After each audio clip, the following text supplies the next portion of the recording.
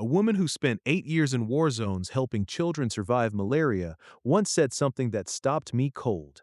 She said smartphones function like mosquitoes. The phone is the vector, the content is the pathogen, and we handed one to every child on the planet. That woman is Laura Derringdinger, public health nurse, mother of four. Her 16-year-old uses a rotary phone, reads paper roadmaps, and runs a maple syrup operation with his siblings. He is also allowed to use an electric chainsaw. Her reasoning is not a metaphor, it is a risk calculation. Chainsaws are dangerous. They are not, however, engineered to be addictive. Social media is, and that distinction, she argues, changes everything. Derrendinger has moved her family at least 10 times, chasing screen-free schools. She and her husband sent their teenagers to live with grandparents 500 miles away so they could attend a Waldorf school.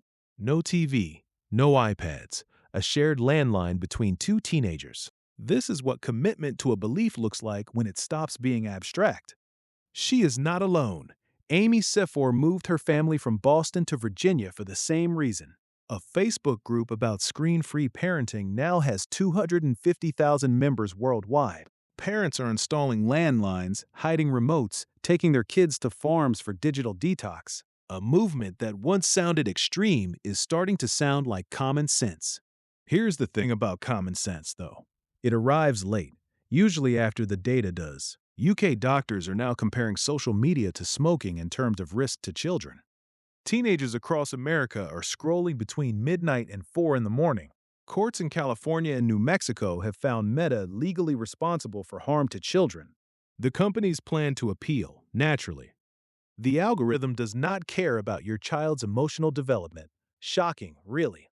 Price, a single mom of 5 in Florida, described her children before she cut screen time as being in a trance.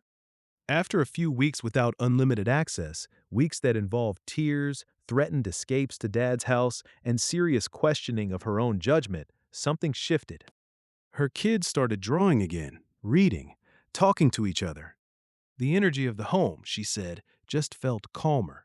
That last detail matters, not the behavior change, the atmosphere of the home.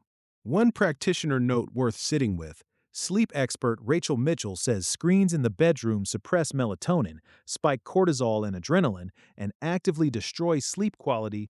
Even in 10-year-olds, removing devices from bedrooms at night is not a radical act. It is basic sleep hygiene. None of this requires moving states or acquiring goats. But it does require deciding that the default is not acceptable and that your discomfort with enforcing limits matters less than what those limits are protecting.